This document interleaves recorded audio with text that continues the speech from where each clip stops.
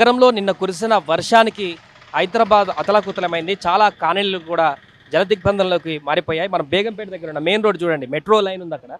ఎగ్జాక్ట్గా మెయిన్ హైవేకి 2 బిల్డింగ్ల పక్కన ఉన్నటువంటి ఒక అపార్ట్మెంట్ పూర్తిగా సెల్లర్లో నీళ్ళన్నీ కూడా మునిగిపోయి, ఆ సెల్లార్ మొత్తం నిండా నిండిపోయి అందులో వాహనాలు కూడా మునిగిపోయినటువంటి పరిస్థితి ఇక్కడ శ్యామ్లాల్ నగర్ కాలనీ దగ్గర మనకు కనిపిస్తుంది.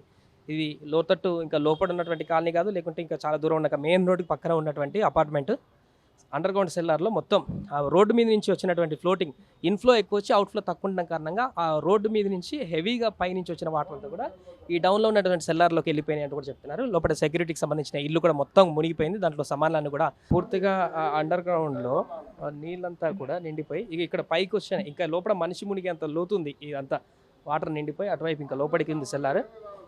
ఒక మనిషి మునిగేంత లోతు ఈ సెల్లార్ అంతా నిండిపోయి స్టిల్ ఇప్పటికీ నెక్స్ట్ డే మధ్యాహ్నం, నిన్న రాత్రి వర్షం కురిస్తే నెక్స్ట్ డే మధ్యాహ్నం వరకు కూడా ఇట్లా నిండిపోయి ఉంది.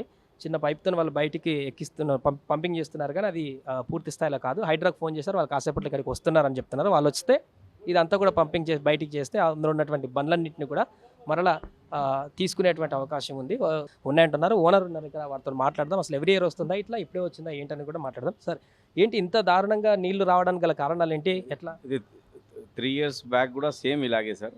అది ప్రాబ్లం ఏమవుతుందంటే, మన పైనుంచి వాటర్ ఏమో మన ఎయిర్పోర్ట్ ఆ వాల్ ఉంది కదా, ఆ దగ్గర నుంచి వాటర్ వస్తుంది.